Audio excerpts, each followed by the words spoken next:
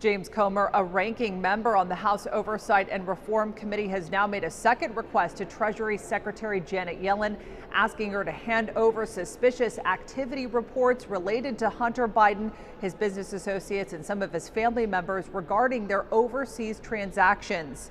Comer sent this follow-up letter to Yellen on Wednesday, saying the Biden administration is restricting Congress's access to SARs, and committee Republicans are investigating whether this change in longstanding policy is motivated by efforts to shield Hunter Biden and potentially President Biden from scrutiny. He goes on to say the American people deserve to know whether the president's connections to his son's business deals occurred at the expense of the United States interests and whether they represent a national security threat.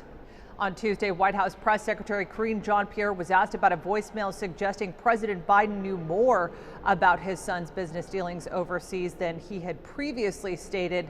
That voicemail reportedly coming from Hunter Biden's laptop that was turned over to the FBI.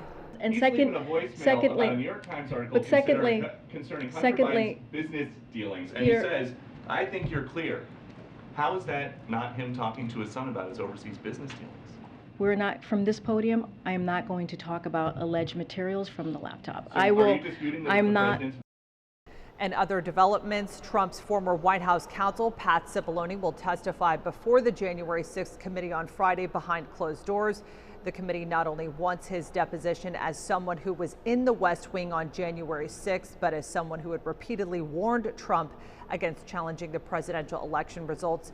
Some of his remarks, though, may be limited if he asserts executive privilege. There are also questions as to whether the committee will seek new testimony from Secret Service agent Robert Engel and White House aide Tony Ornato, coming off the back of Cassidy Hutchinson's second-hand account of an incident involving President Trump and Secret Service agent Engel on January 6, where the president had reportedly demanded that he take him to the Capitol instead of the White House.